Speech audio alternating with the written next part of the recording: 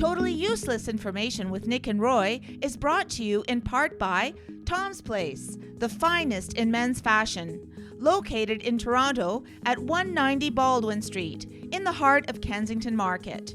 Or visit toms-place.com.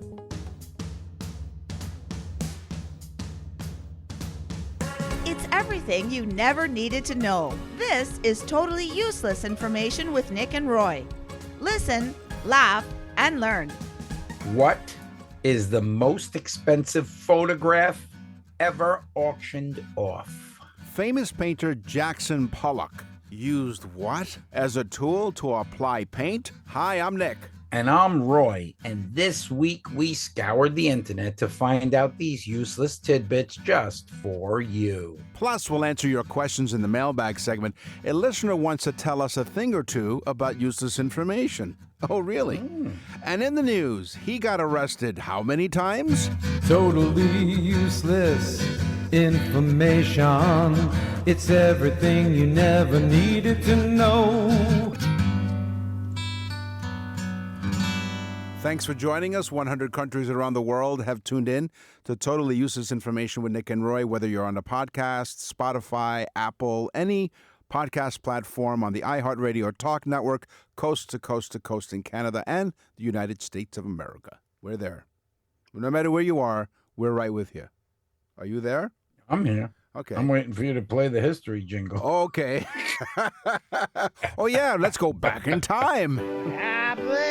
Today's history. What happens tomorrow is history. Yeah. You know, someone asked me, who is that singing? How did you get Bob Dylan to do that jingle? I said, well, I have news for you.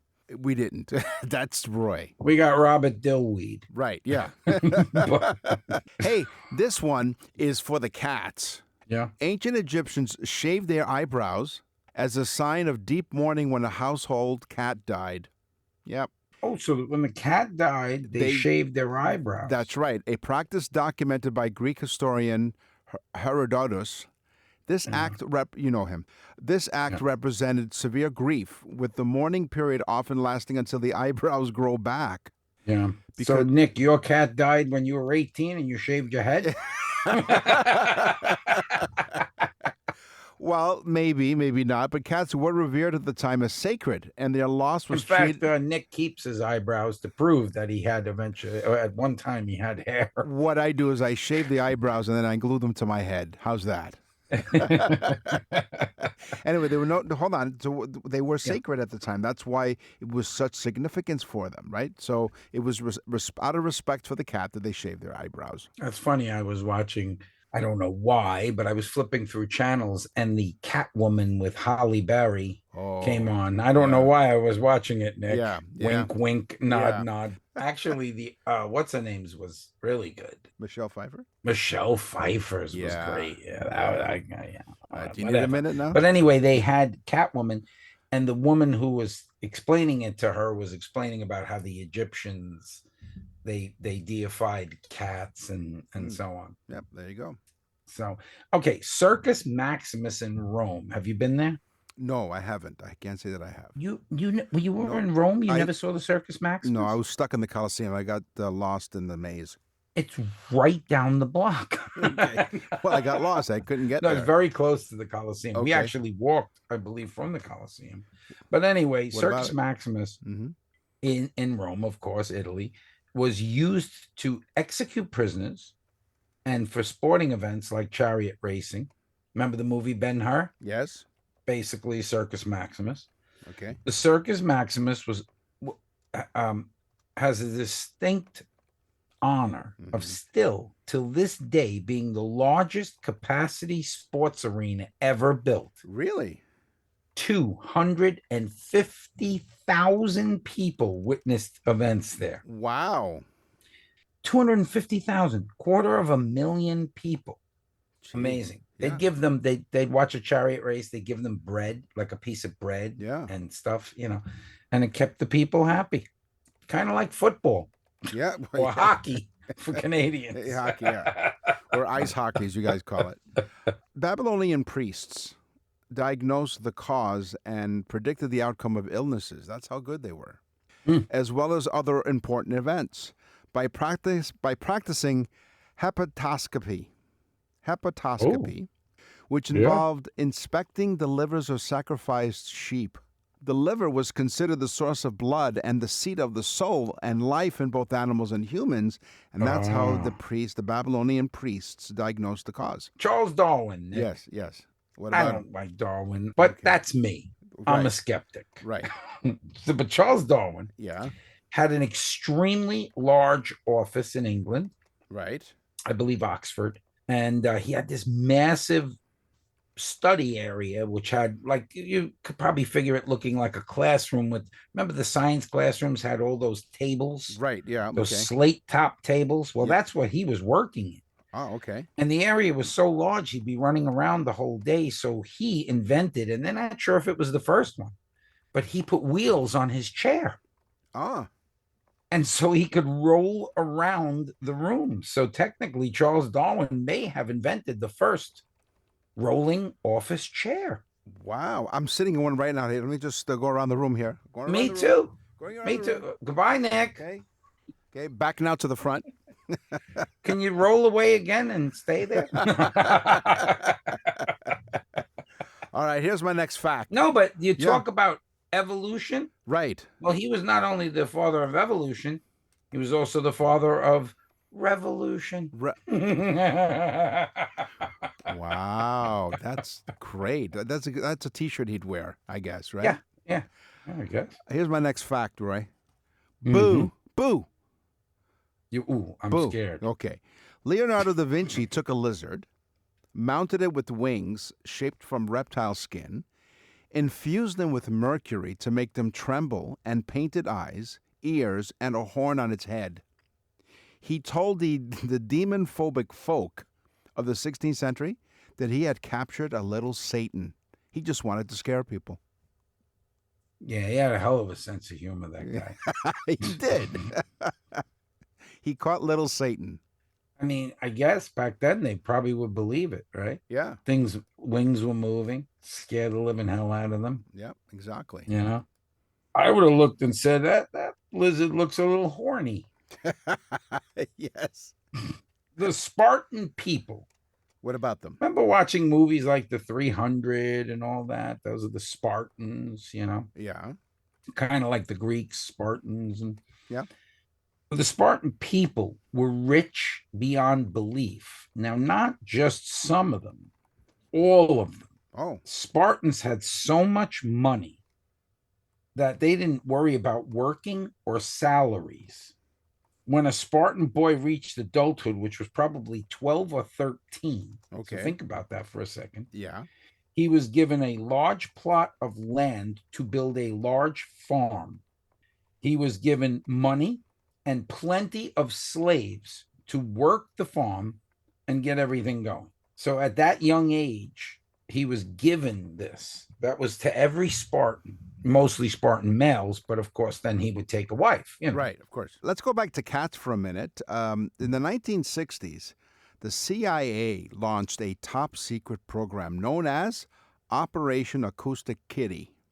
Now, it was aimed to turn ordinary cats into sophisticated surveillance devices.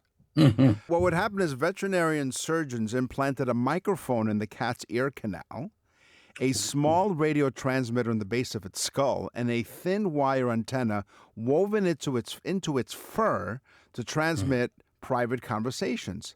And it would because most evil people that are going to try to take over the world and stuff like that, right? They convene the scientists, the masterminds, and they always have a cat there. Right. Absolutely. What the hell is that? So this information will be sent back to the CIA. The project was exceptionally expensive, with estimates going approximately $20 million over the 5 years. And Isn't recording somebody like that a little pervasive? It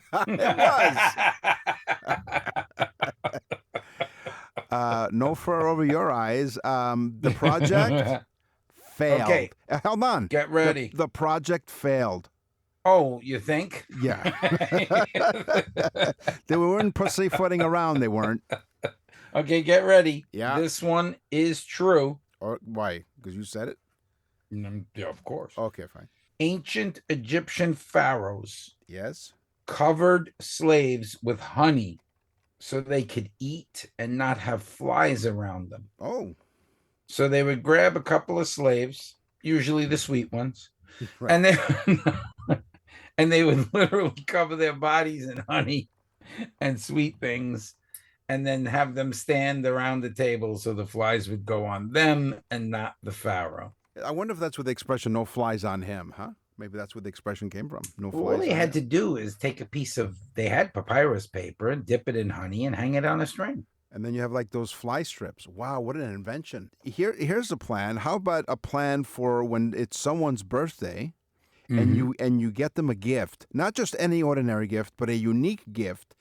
You go to nickandroy.com, click on the Nick and Roy store, and Roy will tell you all about why that's really important to you if you have a birthday coming in your family.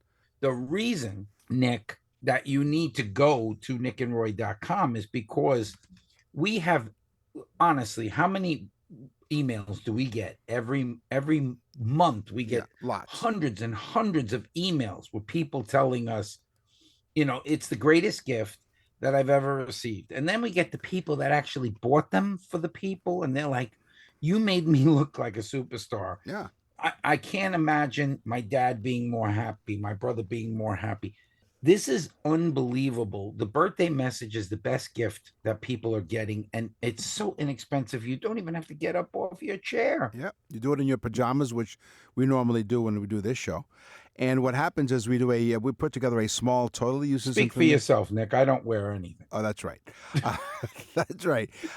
We put together a totally useless information show unique to the birthday person. We talk about all the stuff that happened on the day that they were born. NickandRoy.com, the Nick and Roy store. Nick and Roy will continue with totally useless information.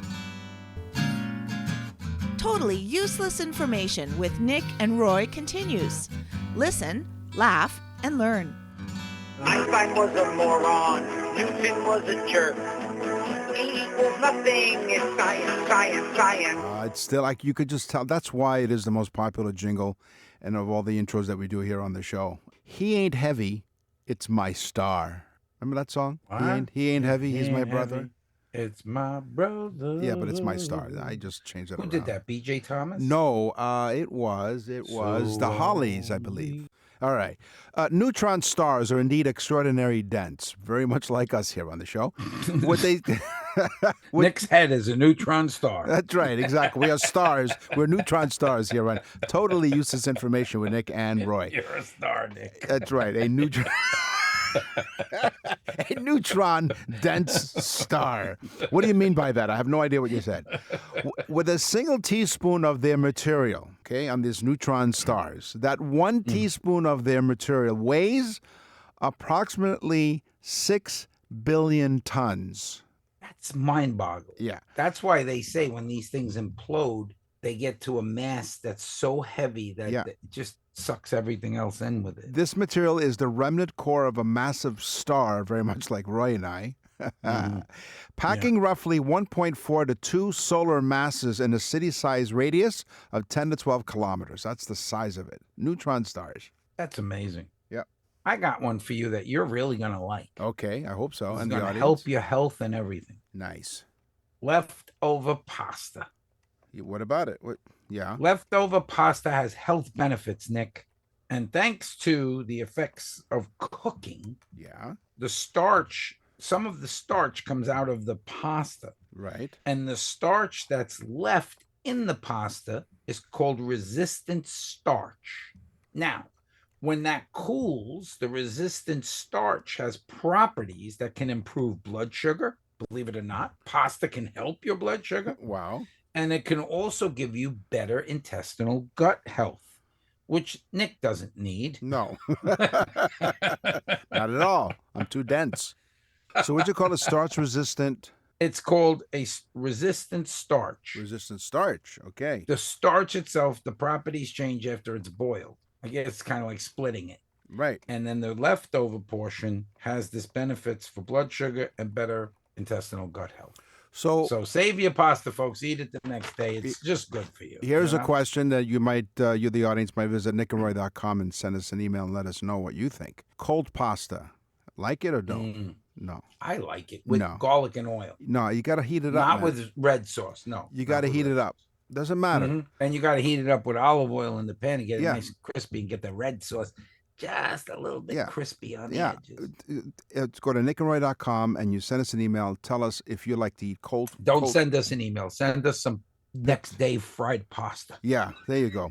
You know, they say that food and pictures, loads of because you eating it naked. So when we're doing science here, and you talked about the health benefits of leftover pasta.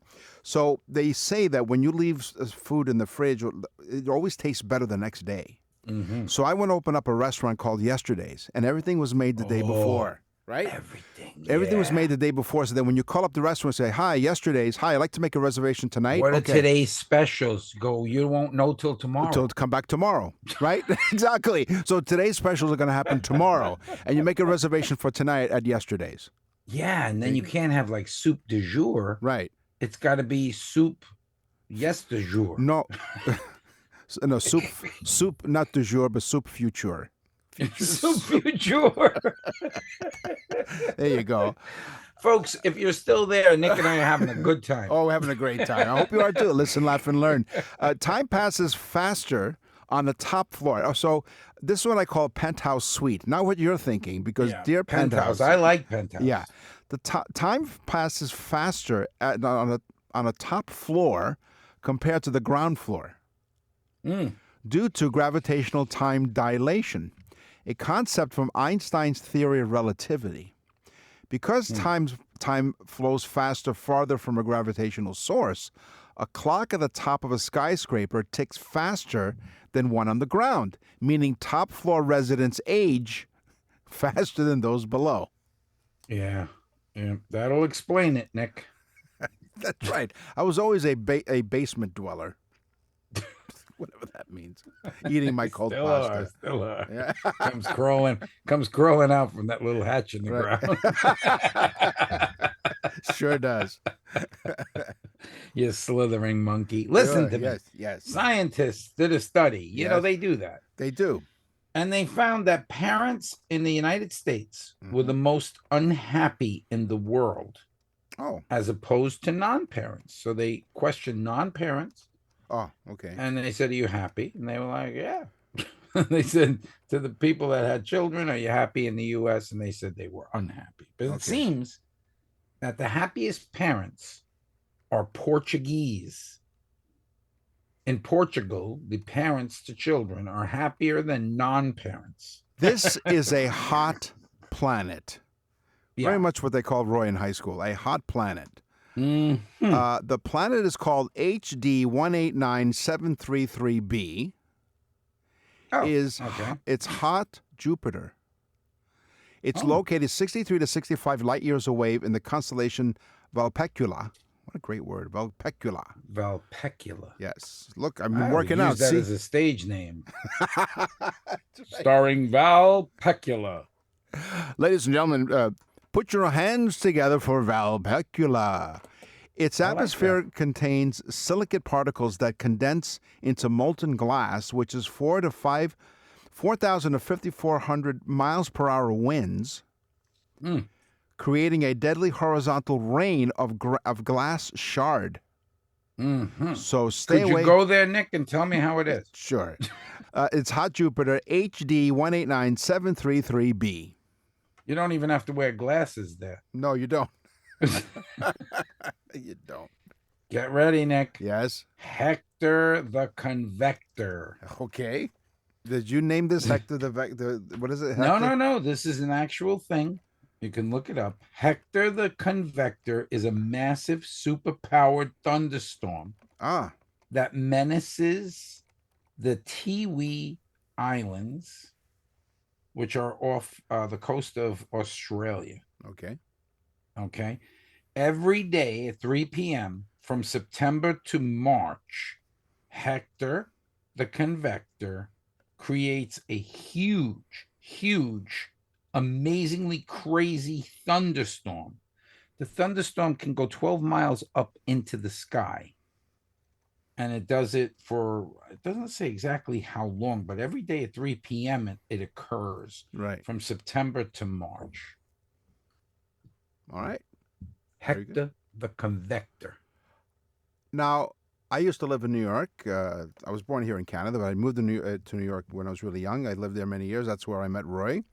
47 years ago, so someone asked me how long we're friends. I said 47 years of platonic bliss. That don't sound right, Nick. No, it doesn't. So then I moved up back to Toronto. Please stop repeating that and take that dress off. I'll give it back to its rightful owner. It's yours. So I moved up here north. Now I'm thinking maybe I made a mistake because I found out through science experiments that hair grows faster in warm weather. That's why you're up there. Often by about... Nick, you didn't say anything. Look at my head. That's right. Yeah. Look at the back. It's gone. Oh. It's totally gone. I cut off 5 inches of hair. Yeah. Can I have that to go? I sent it up to you. Yeah, there you go. Good match. with a tube of rubber cement. Got to stick it on somehow. Well, the last time you sent the staple gun. Anyway, it grows about 10% during summer. I sent the glue up there one time, and Nick said, "Oh, I'm putting it on, but I have to use the bathroom." The next thing I know. Yes. Next thing he knows. Next thing you know, Nick comes out with his hand glued in his pants. There you go. The phenomenon is driven by increased blood circulation to the scalp, higher nutrient delivery to follicles, and boosted vitamin D levels from sunlight. Warm temperatures cause blood vessels to dilate, allowing for better nutrition circulation. So, basically, that's why my hair grows like that. Probably. It does, exactly. So it's hot down here all the time. Yeah, it's so. I want that job as the weatherman. Today's gonna be sunny, followed by tomorrow will be sunny. Thursday after that, sunny. Sunny. It's gonna be sunny. Right. Nick and Roy will continue with totally useless information. Here comes the groom. Got a wedding on your calendar? Hi, Nick and Roy for Tom's Place. If you're the lucky groom, Tom is your best man. Ready with sharp suits starting at just $229 and the finest tuxedos in the city from $595. So visit soon. This is the final week. Again, I say it, the final week for incredible sales on tons of menswear, tuxedos, all crafted from quality fabrics, tailored to fit you perfectly, plus accessories to help you shine. And get ready, folks. Why rent when buying is so affordable and they're yours to keep with styles and fabric to make everyone, groom, guests, all look their best. Come in and try on favorite brands, classic to trendy, destination ready, and exceptional value. Because on your big day, details matter. Your suit is one of them.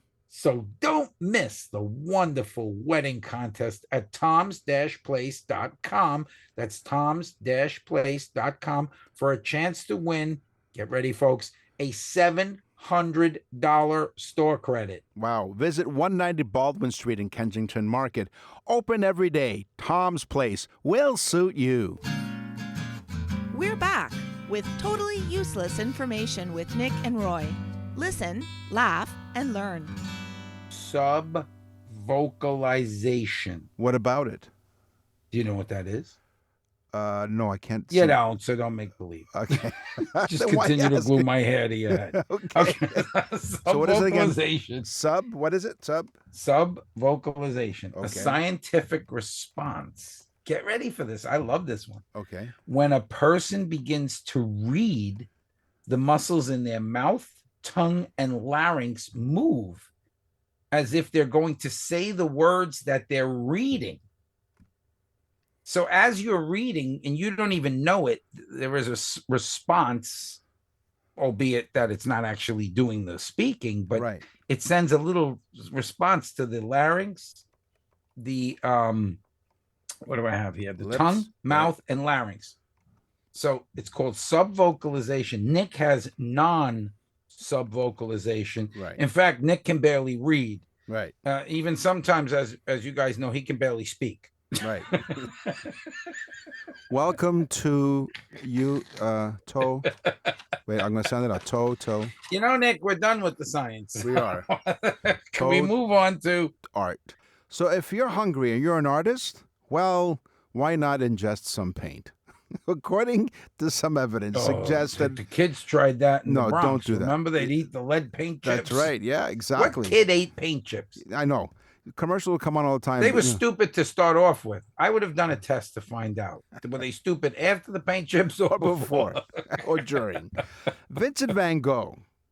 Yes. May have ingested paint. Likely. What was that, Nick?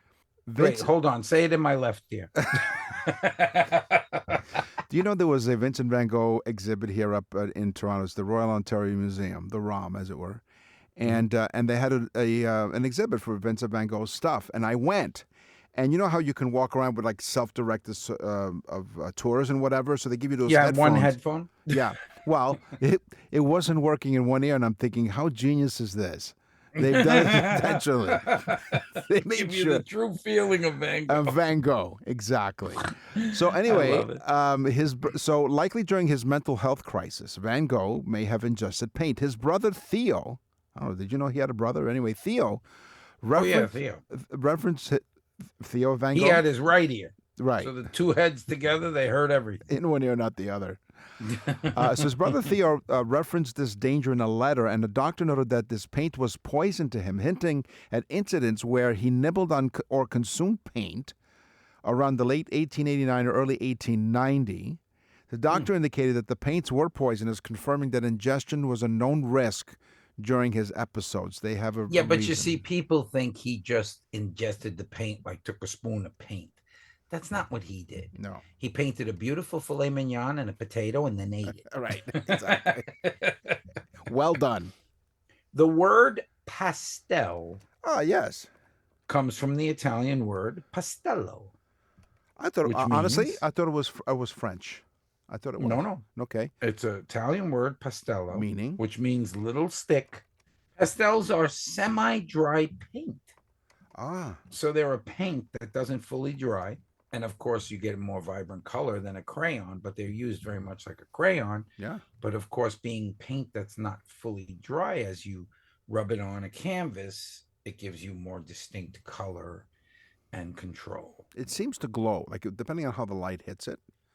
You know, Nick, I have a pastel of my brother and I from, I think it was 1973. Who painted it? I was young. It was either that or 1971. It was done in a Provincetown, Massachusetts, known as P-Town. Right. Back then, it was a very highly strange artistic community. And we went down there, and a guy named Tom Moore. It's amazing that I can remember that. Okay. I sat for almost an hour and a half. Yeah. And so did my brother. And it was terrible. It was terrible because it was hot, and we didn't want to be there. We wanted to be at the beach. So, right. You know, wow. But does this painting still exist? It exists. It is in my the attic of my uncle's house. My aunt had it. Because when my mom passed away, she took it and put it in her attic. Wow. So, yeah. Crazy. If you can get your hands on it, maybe you should take a picture of it, put it in our newsletter. I don't want to put my hands on it, Nick, because it'll smudge the pastel. Okay. Don't do that. What you can do is you can sign up for the newsletter. Go to nickandroy.com, go to the bottom and send us an email. Okay.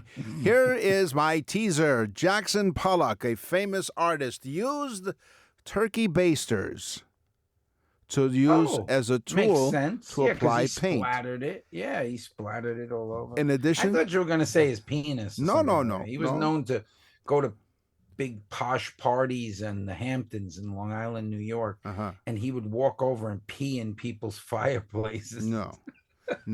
In addition to sticks, hardened brushes. The brushes. Where did he put those? And pouring directly from the can, he used a turkey baster to squirt, drop, and fling fluid enamel paint into large canvases laid out on a studio floor, creating intricate dense webs of color. Why do I feel like I need a cigarette right now? Yeah, they call that the money shot.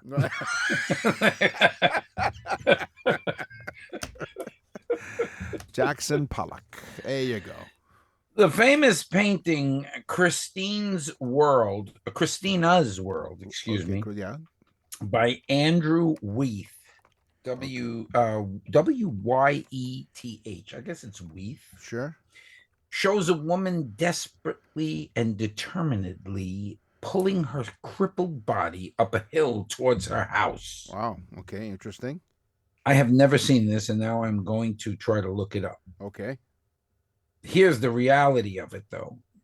She was actually Andrew's neighbor, a crippled woman who from time to time would get out and then have to crawl and pull herself up a small little hill to get back into the house. This guy would paint her doing it instead of getting up and helping her. Oh, Andrew's like, whoa, she's back again. Stay right there. Stay right there. Don't move. Wow. Don't move. That's cruel. God. That is cruel. But folks, if you want to look it up, Christina's World by Andrew Wyeth. The giant nose graffiti. I don't know if you've ever seen this. It's a famous nose graffiti. Yeah, the giant nose. It's Listen, I know graffiti, Nick. Right. I knows graffiti. That's right. What's your tag? What was it? I think the second episode we talked about tag, and you're like, Nick thinks he's all hip. You said to me, because I said, what's your tag? And you thought I was cool and hip. And I said, yeah, I wear my jeans halfway down through my hips. That's how cool I am. In fact, my favorite musician, my favorite rapping artist my favorite rapping cellist is Yo-Yo Mama. Okay, usually you say the joke one time. And look, that was Nick's explaining his own joke. Listen, that was episode number 2. Here we are, over 300 now, so I think we're doing something right. Not saying the jokes. So 300 episodes in between. I didn't say the joke. That's why we did so well. Okay, I got you. Now I understand the mathematics. The giant nose graffiti, a famous caricature of a man with a large nose, pointed chin, and laurel wreath, accompanied by the text Rufus est. This is Rufus, is the translation. It was discovered in the Villa of Mysteries in Pompeii. The oldest graffiti in Egypt includes "I was here" messages by tourists at the Step Pyramid complex, dating back 3,000 years, and earlier, simpler hieroglyphics made by quarry workers. So technically, that is graffiti. Yeah, right? It is defacing other people's property. Yeah, the cavemen would make what's the word I'm looking for? Burnt sticks. I would assume burnt sticks to write on the walls, almost like a charcoal. Right, there you go. The world's most expensive photograph. This is my teaser. All right. The world's most expensive photograph sold at auction for $4.3 million. What was it? It was called the Rhine, spelled like the German way, Rhein, the Rhine 2 by Andreas Gorski. Our team tried to reach out to Andrew, but he was frantically searching for the Rhine 1. It's funny. I was going to ask, well, what happens to the Rhine 1? I know it's here somewhere. Nick and Roy will continue with totally useless information.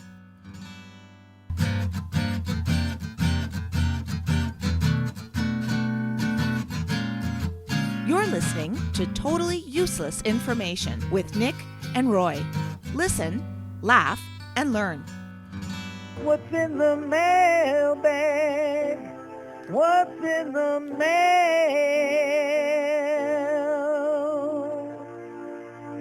So I saw this one, Paris, France. Yes. I automatically got mad. No. I saw Okay. Paris, France. Millicent, yes. from Paris, France, from Paris. Paris. She says, bonjour, Nick and Roy. Yes. She says, I have been a listener now for about 6 years. So she's listening for a long time in Europe. Yeah.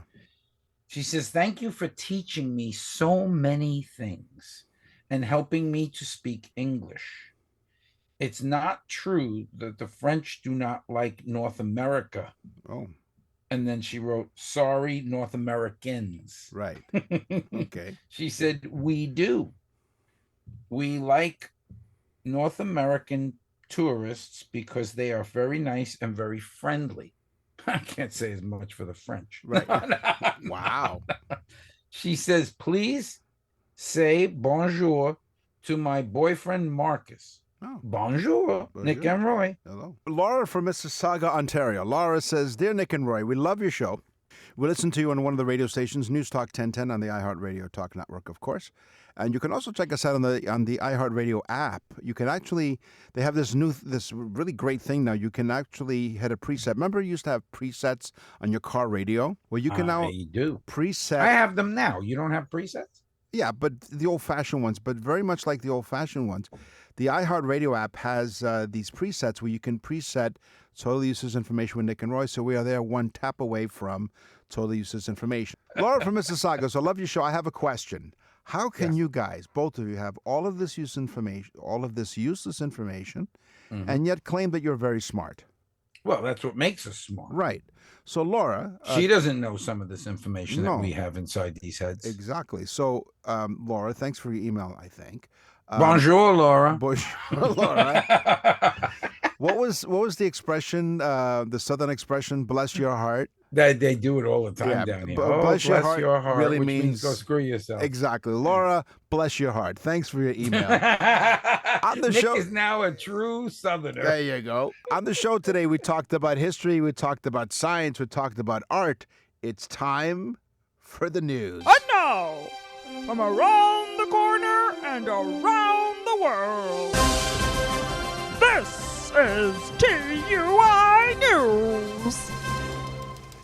I want to disappoint you, Roy, and tell you this is not from Florida. A Thurston County man, Thurston County, Washington, oh, thank God, went to jail and was arrested. Not all the nuts are in Florida. Just 90% of them. Right. This is the other 10% in the country. He was arrested. A Thurston County man was arrested. The sheriff says the man is a 4-time convicted criminal with 27 prior misdemeanors.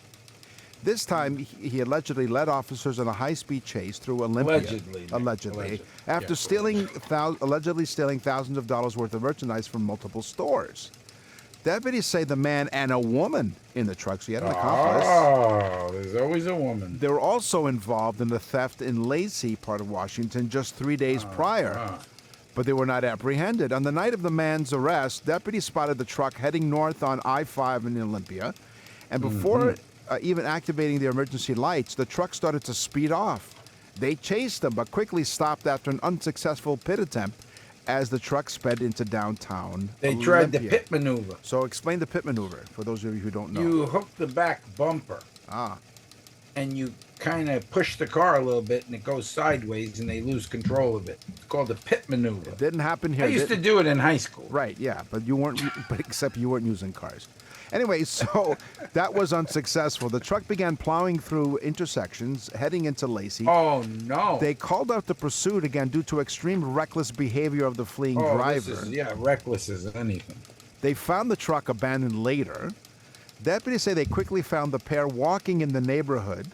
Like nothing was going on. They're just walking around, just taking a nice little stroll. Yeah, look at that, honey. That's a nice little thing in the window. Both suspects were reportedly taken into custody at gunpoint. Deputies confirmed that the woman was turned over to Centralia PD for organized retail theft. So a couple made in heaven. Yeah. Really. So they stole a truck. Yeah. Right? Yeah. They stole stuff. Right. Went a high-speed chase. They finally They caught made him. some bad choices. Well, starting with hooking up with each other. While searching the truck, deputies said they found thousands of dollars worth of stolen merchandise from numerous businesses. Additionally, the suspect had a custom bong device built into the dash of the truck. But they stole the truck. So right? he could comfortably smoke drugs while driving. So they stole the truck and then they installed. Oh, they refit it. They refit it. They did a little bit of like a customization. Yeah, but I would imagine it was aftermarket. And I'm sure the people from the Department of Customs wanted to know what was in it. Exactly. See what I said? It was an aftermarket installation. Aftermarket.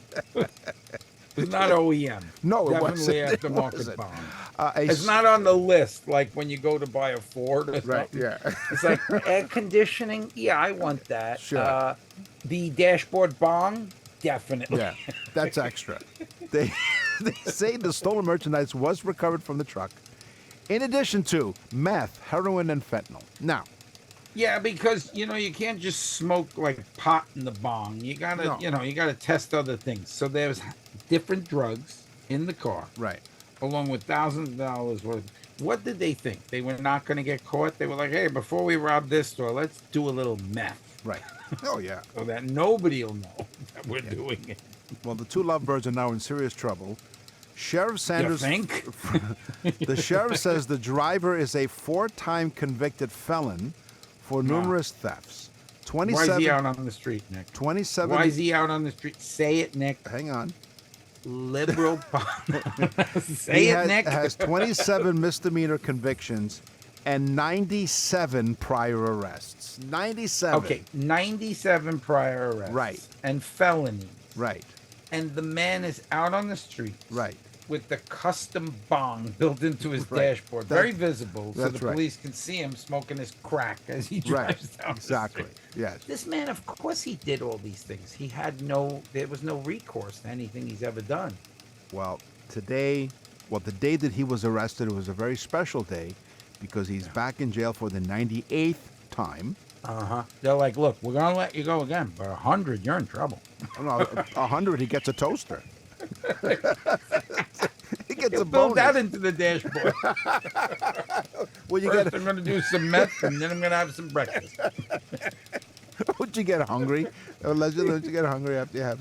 He builds a little Blackstone into the back seat, starts frying eggs, making toast, smoking crack. What was his name? The Breakfast of Champions. That's all the time we have for this episode of Totally Useless Information with Nick and Roy. We will scour the internet far and wide to find more totally useless information just for you.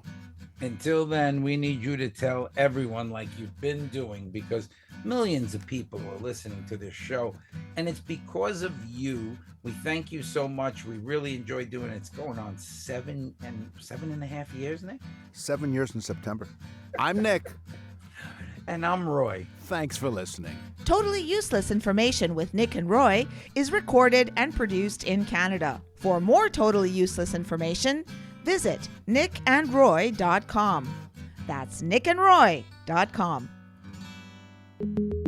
Totally Useless Information with Nick and Roy has been brought to you in part by Tom's Place, the finest in men's fashion. Located in Toronto at 190 Baldwin Street in the heart of Kensington Market. Or visit toms-place.com.